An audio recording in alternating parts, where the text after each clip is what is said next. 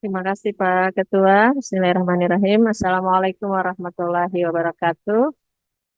Selamat siang, salam sejahtera bagi kita sekalian, pimpinan dan anggota Komisi 5 yang saya hormati, Pak Sestama Basarnas dan juga BMKG beserta jajaran yang saya hormati. Ada beberapa catatan yang ingin saya highlight.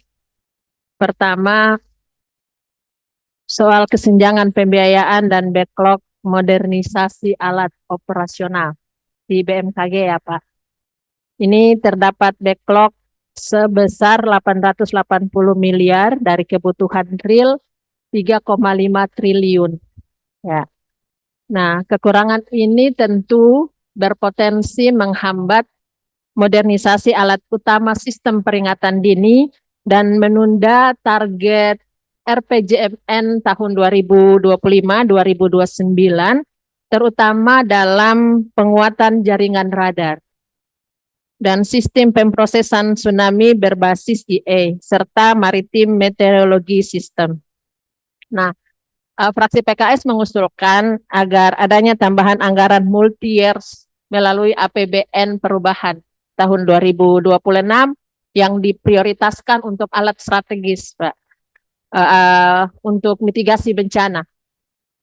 Kemudian kami juga mengusulkan sinkronisasi program modernisasi alat BMKG dengan BNPB dan Basarnas agar investasi perangkat dan jaringan data dapat saling menunjang dalam satu platform nasional. Kemudian yang kedua, Pak, saya ingin memberi catatan sedikit soal program Sekolah Lapang BMKG. Dalam data kami menunjukkan capaian yang positif, 4.419 peserta tahun 2025, tapi di tahun anggaran 2026 terjadi pengalihan anggaran sekitar 11,45 miliar dari komponen 005 yang masih menunggu persetujuan DPR. Benar ya Pak?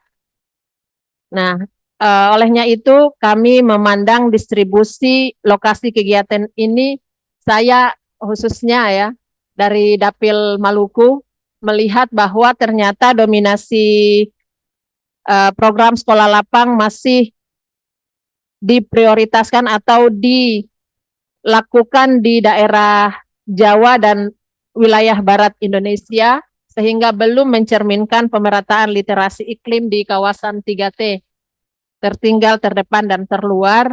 Dan oleh karena itu kami mendukung pergeseran anggaran sekolah lapang agar kegiatan 2026 tidak tertunda dan mengusulkan perbaikan tata distribusi lokasi ke wilayah timur dan kepulauan-kepulauan, terutama daerah-daerah pesisir, daerah-daerah pulau-pulau kecil. Kemarin saya mengajak BMKG Maluku ke Pulau Buru untuk sekolah lapang. Antusias pesertanya luar biasa, programnya 2 hari, dan saya ditanya-tanya Pak oleh nelayan, kenapa pesertanya terbatas, cuma 30 peserta gitu. Sudah begitu kami juga dibatasi untuk mengusulkan nelayan-nelayan atau petani-petani dan masyarakat yang tinggal daerah pesisir pantai. Nah, padahal ini sangat penting dan sangat mengedukasi Pak Sastama. Dan oleh karena itu saya mengusulkan mudah-mudahan ke depan volumenya bisa ditambah, jumlah pesertanya juga bisa ditambah dengan sasaran nelayan, kemudian juga daerah-daerah yang rawan bencana, dan kita jadikan masyarakat-masyarakat yang ini sebagai sahabat dalam memitigasi bencana itu sendiri. Kenapa? Karena setiap orang pasti ketika datang bencana kan tidak tidak diundang ya Pak. Maksudnya tidak bencana datang tiba-tiba tanpa ada pemberitahuan gitu. Sehingga edukasi-edukasi, ilmu-ilmu sosialisasi dasar terkait dengan mitigasi atau apa yang harus disiapkan, apa yang harus dilakukan kan paling tidak sudah diketahui.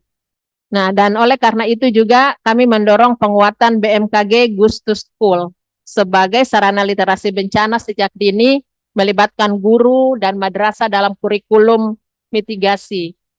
Dan juga meminta indikator kinerja berbasis dampak sosial Jadi kerugian akibat cuaca ekstrim sebelum dan sesudah program edukasi ini untuk mengukur dan mengetahui seberapa besar sih efektivitas atau efek yang diukur karena program ataupun kegiatan-kegiatan seperti ini kita lakukan sebagaimana catatan-catatan yang tadi disampaikan oleh teman-teman.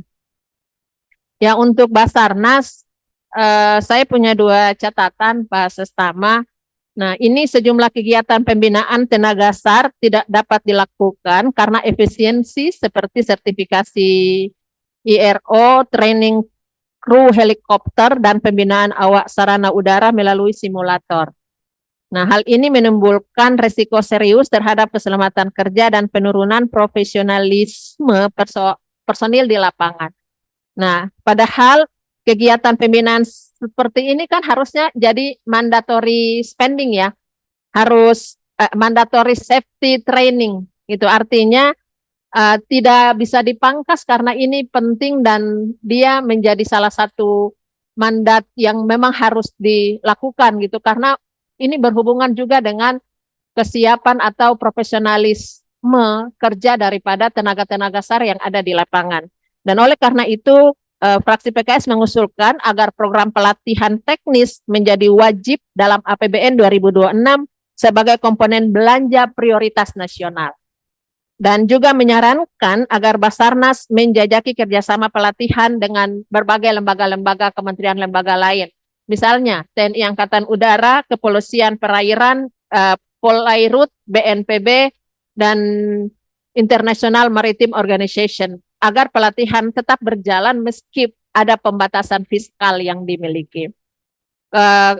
Kami juga mengusulkan regulasi khusus yang mengklasifikasikan pelatihan keselamatan SAR sebagai mandatory spending atau belanja tak dapat ditunda. Misalkan dalam revisi Undang-Undang 29 tahun 2014 tentang pencarian dan pertolongan. Terakhir Pak Ketua, dalam pembahasan sebelumnya kita sudah mendorong agar dana SAR ini juga jadi dana khusus lah ya begitu, dan kemarin sudah disetujui oleh Menkeu gitu ya. Nah, mengusulkan dana kedaruratan melalui polling fund dan dana pemasyaratan SAR. Namun hingga kini belum ada mekanisme legal dan fiskal yang mengatur pencairan cepat ya, kurang dari 24 jam untuk operasi awal. Sehingga ketergantungan pada APBN reguler berpotensi memperlambat respon darurat dan membatasi jangkauan edukasi masyarakat SAR. Kami mengusulkan agar hal ini dibahas terlebih dahulu dalam revisi peraturan Undang-Undang 29 tahun 2014 tentang pencarian dan pertolongan, bahwa Basarnas berhak mengakses dana siap pakai untuk operasi darurat. Demikian dari kami, Pak Ketua. Terima kasih. Assalamualaikum warahmatullahi wabarakatuh.